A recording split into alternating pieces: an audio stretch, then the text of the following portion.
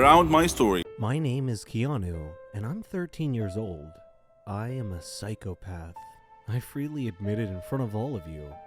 I attribute my sickness solely to my father, because any story about a cruel father pales in comparison to my father. He would abuse me physically, mentally, verbally, and emotionally in every given moment. He left no stone unturned in this regard. He would beat me into unconsciousness. He accused me of being the cause of my mother's death, who died during my childbirth. Whenever Dad had any problem at home, he would accuse me of being the cause of it. One time he even beat me at school when my teacher called him to school because I had beat up my classmate who had beaten me up first. I tried to explain to him, but he wouldn't listen, and he just beat me even more. One day, it was fun day at school, and everyone was supposed to invite their parents to visit the school for party and introduction activities. I chose not to invite my dad, so I was alone at the festivities. I felt envious of all my classmates for having loving parents to have fun with. My teacher noticed me alone, came over and offered to be my parent for the day. I was so happy. We had great fun together. Miss Linda had lost both her husband and her son in a plane crash, only she had survived. After fun day had passed, Miss Linda showed more interest in me. She would bring me sandwiches and spend time with me during breaks. I thought of her as my mom. When I succeeded in my final exams, she hugged me with tears of joy. I unconsciously said, "Thanks, Mom." I went home happy that day, but had to face my dad again. He asked me why I was late coming home, and I told him about having to pass my final exams. He didn't believe me though, and asked me to show him proof. Unfortunately, I had none, so he began kicking and punching me. There was a knock on the door. He tried to block me from opening the door, but I managed to open it. Miss Linda was standing there. She glanced at my bruises and bloody face and moved between me and my dad to protect me from further abuse. Dad snarled and threatened her with a beating if she didn't leave immediately. But she hit him in the eyes with a blast of mace or pepper spray, and he went down to the floor in extreme discomfort, grabbing at his eyes. Miss Linda called the police, told them about Dad's child abusive nature, and had him arrested. Now I live with Miss Linda as my new mom. Dad is in prison, where I hope he stays till he dies or rots. Either outcome is okay with me. This time, you get to know the truth about the haunted piano. I left. I went to work. Then I came home and went to bed.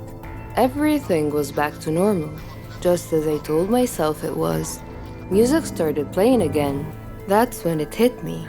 This was not paranormal. It couldn't be. It was a cheap trick. Margaret must have programmed the piano to play itself. It was just a prank. A laugh at my expense. That's why the damn thing was free. I ran downstairs to solve the mystery once and for all. Like clockwork, as soon as my foot touched the bottom step, the piano stopped playing. I walked over to it, confident in my new theory. Upon opening it up and exploring all of it, I was surprised by what I saw. It was just a normal piano.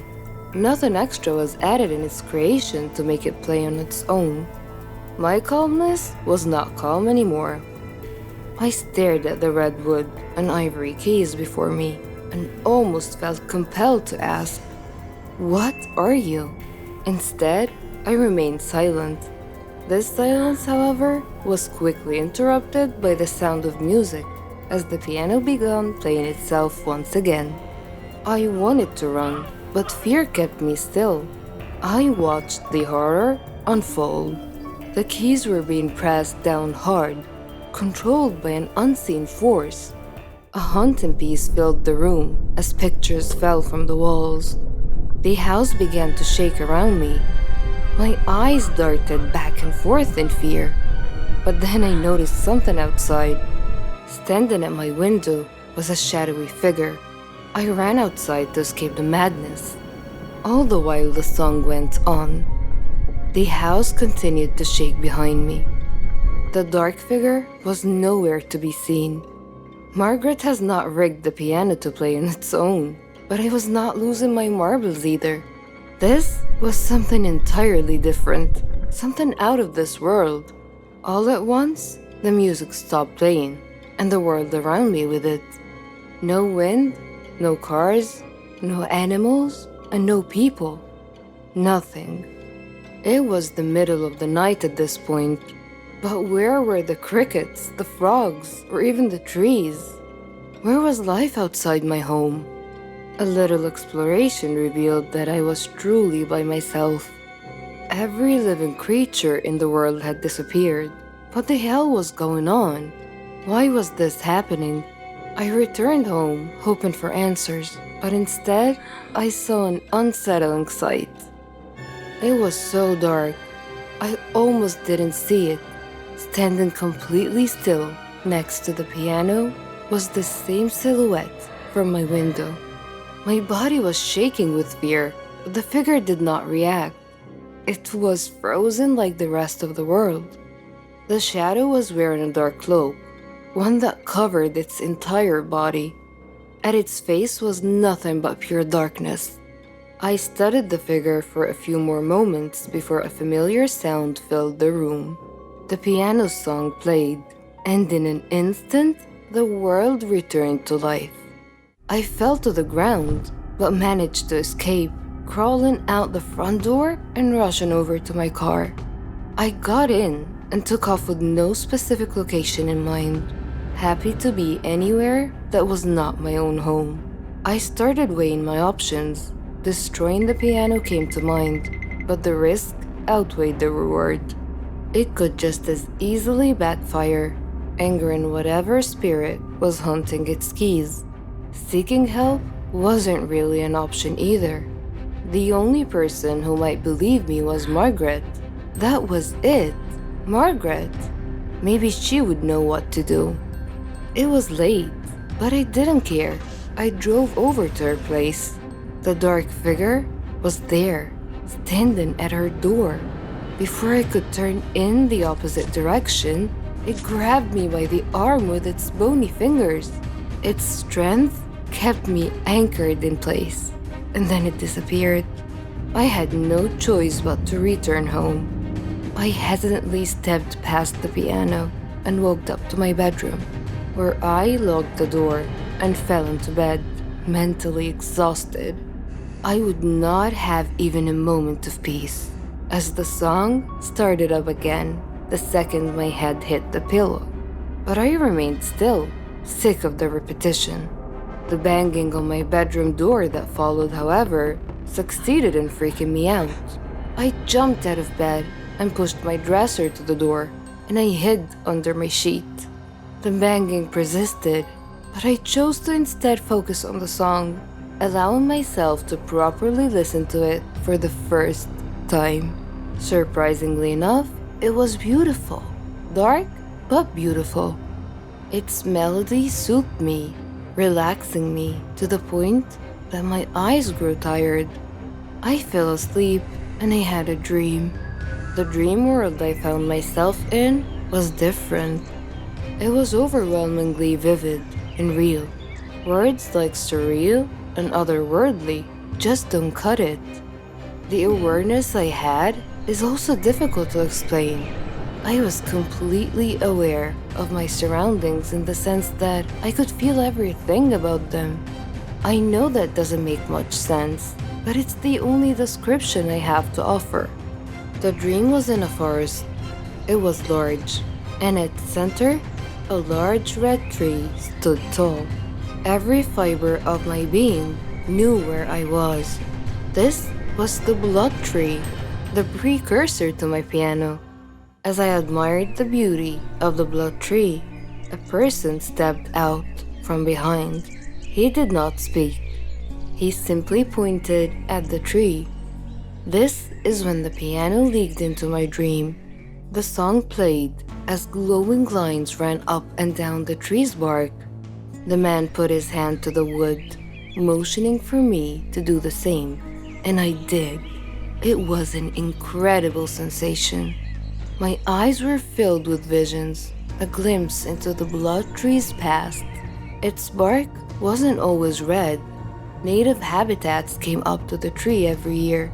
They would slice their hands open and place them on the tree's trunk. Their blood then dripped to its base, representing the lifelines of their people.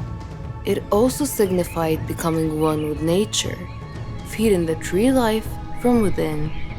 It was the anchor that kept their community together. This is where they gathered and enjoyed life. A place free from worry, a safe place. This was also where the natives buried their dead. After that, one of the elders would play a song, the same song my piano played every night. It was their song of death. When it was all over, a final offering of blood was taken from the fallen and painted on the blood tree, granting their spirits safe passage to the afterlife. When the vision stopped, my new friend released his hand from the bark and pulled out an unusual instrument. He began playing the song of death, but then stopped. He handed it to me and motioned for me to play instead. I wasn't sure what he was up to, but felt no need to deny his wishes. With little practice, I was able to get the hang of the instrument and play the song. As I played, the blood tree began wilting, its bark changing from red to black. My friend was ecstatic. For one reason or another, this is what he wanted. It wasn't until I woke up later in bed that the pieces of the puzzle clicked into place. Margaret's grandfather had taken away the natives' headstone. He violated their connection to nature as well as with one another. The tree and its spirits had to be put to rest, and once and for all, there was only one way to do this. I can't explain how, but I knew I needed to play the Song of Death on the piano, the whole way through without interruption. It was the only thing that would break the curse. I ran downstairs and put my plan into action. When my hands touched the keys, the house violently shook, knocking frames and furniture all over the place. I kept my composure. Out of the corner of my eye, I saw the dark figure standing at my window again. Still, I continued. I had an obligation to preserve, if not for the tree or its ghosts, then for myself. The nightmare had to end. They roamed around the room, sometimes next to me, other times breathing down my neck. I paid no attention on the outside, but my bones were shaking. I had come too far to lose my balance now. Just as the shadowy figure sat next to me at the piano, I struck the final note of the song. The madness around me stopped. I turned to the figure beside me, and it was the native from my dream. He threw me a thankful smile before vanishing. My work was done. Months have passed, and the piano remains in my living room, quieter than it's ever been before. I even play it from time to time. If there's one thing you can take away from my experience, it's to be mindful of the things that make sounds at night. Try your best not to be frightened, and please let this tale be a warning to you. Don't ever buy strange things from Craigslist. You'll thank me later.